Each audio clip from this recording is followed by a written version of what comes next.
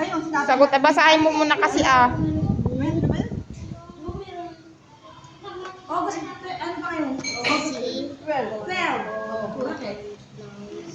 Ano meron? Proper. Ano gagawin ba? Ano to, basahin mo yan. Buwan ng ano, wikang kasuotan? Colgate. Nakalimutan eh. Talaga? Kumalikot. Tarlac.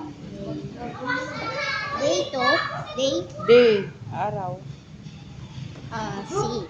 Ay, La. Tarlac. Tarlac. E.